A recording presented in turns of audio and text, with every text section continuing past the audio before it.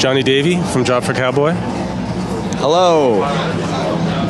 Good show. It was a good show today. I really enjoyed seeing you play in actual daylight. Yeah, I mean, today was awesome. We did Montreal last night and Heavy Toronto tonight, and both shows have been surprisingly amazing for all the bands. So I think when you go to Canada, the crowds really appreciate American band. Any type of bands come over to Canada. In America, they get it so much. In Canada, it's more of a rarity, so they really appreciate it, and always good shows. Can you talk a little bit about your latest release, Demonocracy? What do you want to know? I would like to know whether the title is directed towards just general lack of voting in America, or whether it's directed towards maybe the Wall Street crisis. It kind of ties into both. It's a very political record. I feel like the easiest way to explain it, and I say this all the time in a lot of interviews, it is, when it comes to death metal, so many bands have their stockpile of generic lyrics. Mummies, gore, anti-Christianity, Satanism, ghouls and ghosts and fantasy type stuff in the horror sense. And I've really respected bands like Napalm Death, Misery Index, At the Gates, very political bands with a punk rock attitude who write lyrics about the true evils of the world, things that people don't really care to dig into, don't really care to listen about. It's kind of more of my interest, more of reality than fantasy, I guess. Would you ever deviate from actually writing about stuff that is meaningful to you or has a political standpoint? Like, would you ever do songs that are a little bit more like what you consider the norm? No. That's a fair answer. How long does it take for you to get inspiration for songs? So you must obviously follow the news, you follow what's going on in the world. Do you find that you're always writing, or do you just sit down and say, all right, now it's time to look at the world and do some songs? I mean, I'm not honestly always writing. When it comes to the time to write, I really dig much harder than usual. Obviously, I'm very interested in world politics and world news. But it's just one of those situations where, it's been surprising. Like, the last couple records we wrote was near the origins of the presidential election campaigns. And so it's everywhere when you're in America. It's turn left or right and you can see it all around. And it's just easy, I guess, for me.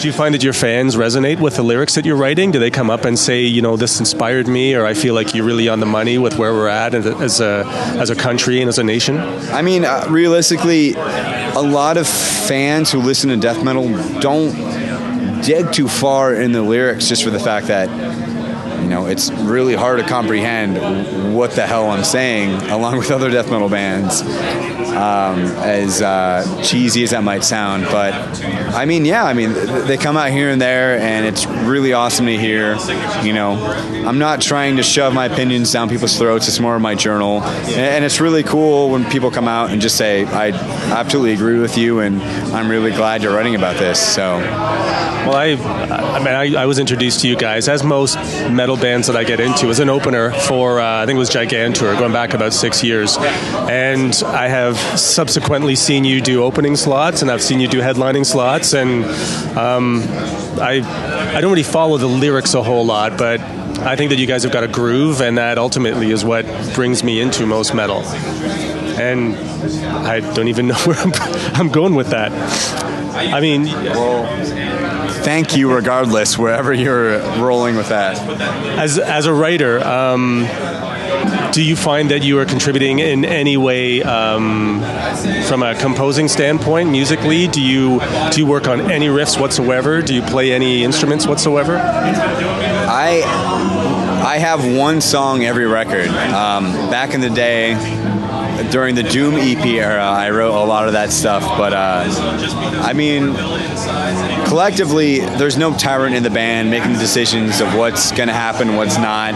We all work collectively. We all brainstorm together. We all say what we like and dislike, and we hash out. If somebody dislikes something, we hash it out. It's like a collective effort. So I think it's really cool, and I feel like a lot of bands in this genre don't really have that. There's always one guy making all the decisions, and I don't know, with us, we want to make everyone happy, you know? We're on tour, we're more or less in a relationship together without sexual benefits, so you know, we want Is anything wrong with that? yeah, we just want to make each other happy and be on the same page, so... You did a really interesting 10-inch pressing of your last album for Record Store Day, Ruination. Do you think you're going to do something similar to that for Demonocracy? Something special for Record Store Day? No. All right. I mean, realistically, it was too much money. I wish we had more of a say at how much it was going to cost. It was just came out to too much money. It was, you know, going to record stores. It was like, oh my God, is this really this much money? We have another awesome. Our new vinyl, the record is awesome. We can only get it in Japan and some parts of Europe. And I wish we had it in America, but it just hasn't, you know, came through. You know, I think. I don't want to point any fingers, but in a lot of band situations, it's really hard for collectibles to make sense in America, when I think they always do, to an extent. And I really hope it transcribes more and more as it does in Japan and Europe. I just feel like America's a little behind in that sense. I think from an economic crisis standpoint as well, collectibles are the first thing to go, right? People just focus on food on the table. I need to drive to work. I got to take care of my family. So a lot of the stuff you buy just because you want it, that goes away, right? Yeah, I mean the economy's kind of shot everywhere right now to an extent. Yeah. But I just feel like, you know, when it comes to trends and everything, America's first place, you know. Metal is very rampant and huge, not necessarily huge, but, you know, the amount of bands that do somewhat well is massive in America, and it's just one of those things where shooting out money towards bands is a little behind to, you know, like I said, Japan and Europe, so whatever. Where do you guys go for inspiration? The rest of the band, I guess, go for inspiration for their music, and how do you guys get together and put together your material? Because I understand that you're not all living in the same place. You got to, you know, you got to send files around and whatnot. Yeah, I mean, inspiration is all over the place. We're all different people. We all listen to different things. I live in Arizona. The guitar players live in Boston. Our bassist lives in Denver. Our drummer lives in Seattle. So it's pretty difficult. It's a lot of money in plane tickets just to practice. But when we write a record, it's one of the situations where we write at home, email each other whatever we have, and just kind of discuss what's cool and what's not, and kind of progress from there. And I think a lot of bands do that. You know, it's really hard to find, you know, a good enough drummer, a good enough guitar player, good enough bassist. You know, with metal in America, I feel like the technicality keeps progressing more and more and more, and the bar keeps going higher and higher and higher. So you just have to look around elsewhere, I guess. I think it's tougher to be critical over the internet, though. So if you say you shipped off some lyrics and someone didn't like them, or on your end, someone shipped off some riffs and you're like, yeah, I'm not really feeling it.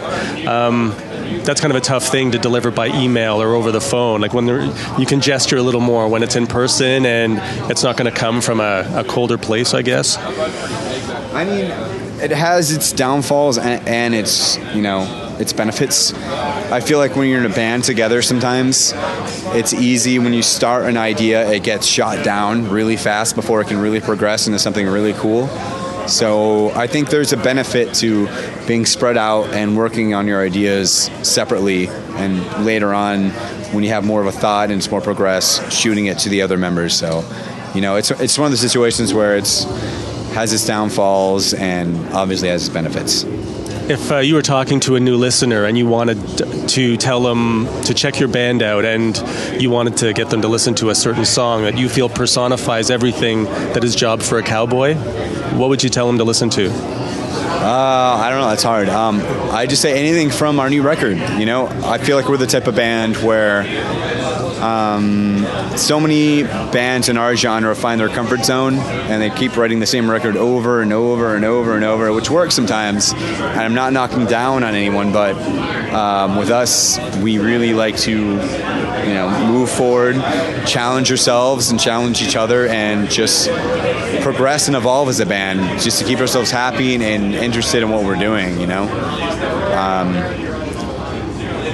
We just like to, change it up, I guess. You worked with Jason Sukoff on this album, and I believe on Ruination as well. What do you think Jason brings to the Job for a Cowboy table? The first time we worked with Jason, we did a demo with him to try him out for Ruination before we recorded it with him, and we all hated him. He was such a nutcase. We just didn't get it at first, and then, after he mixed it and everything, we got it, and we realized he understood us really well. Our personality is so similar to bands like the Black Dahlia Murder and stuff, and he's one of our best friends, and we respect what he's done with, Crotch Duster, something he wrote, Capharnaum, something he wrote entirely, and he just gets everything in the metal world, and his opinion to us is almost like a sixth member of the band. I have read online and in magazines that you are trying to step your band away from the categorization of death metal or just like grindcore. What do you feel would be an apt way to describe your band as a genre of music goes? I feel like you're referring to deathcore, which there's no way to run away from it. Our original EP was a deathcore record. We wrote it when we were the average age of 16 years old. It's one of those situations where the internet, shot us so fast before we could even develop as a band. We got so much recognition before we even put out our first full length. And it's just, when you were 16 and you were in your mid to late 20s, I'm sure your music opinion was much, much different. And I don't know, it's just we've progressed, and a lot of people watch us grow up as a band, so I just look at us as a death metal band or a gent band, a new wave gent progressive band. I'm good. I appreciate the time. Would you mind talking a little bit about your sleeve? Was that something that you designed personally, or is this something that you went in and just said, "Hey, that's cool, do it up for me"? I didn't design it. That was my idea. Okay. It's a sleeve talk? Yeah. All right, sleeve talk. Yeah, definitely sleeve talk. This is my sleeve. 60 hours of work by my buddy Evil Dave in Phoenix. And I don't know. It all revolves around sleep paralysis. When you wake up and you're dreaming, and it's pretty much you're paralyzed. You wake up and you're half asleep. And in the early 1800s, people used to believe it was demon possession. So in the end, this is the guy dreaming, and these are all the demons in his head. So pretty nutshell of an explanation. It's pretty awesome, man. I like that it's not just bits and pieces of stuff I'll put on there. It's like it's a piece of art, shoulder down to wrist. It's pretty amazing. Thank you, man. Cheers. It took a long time.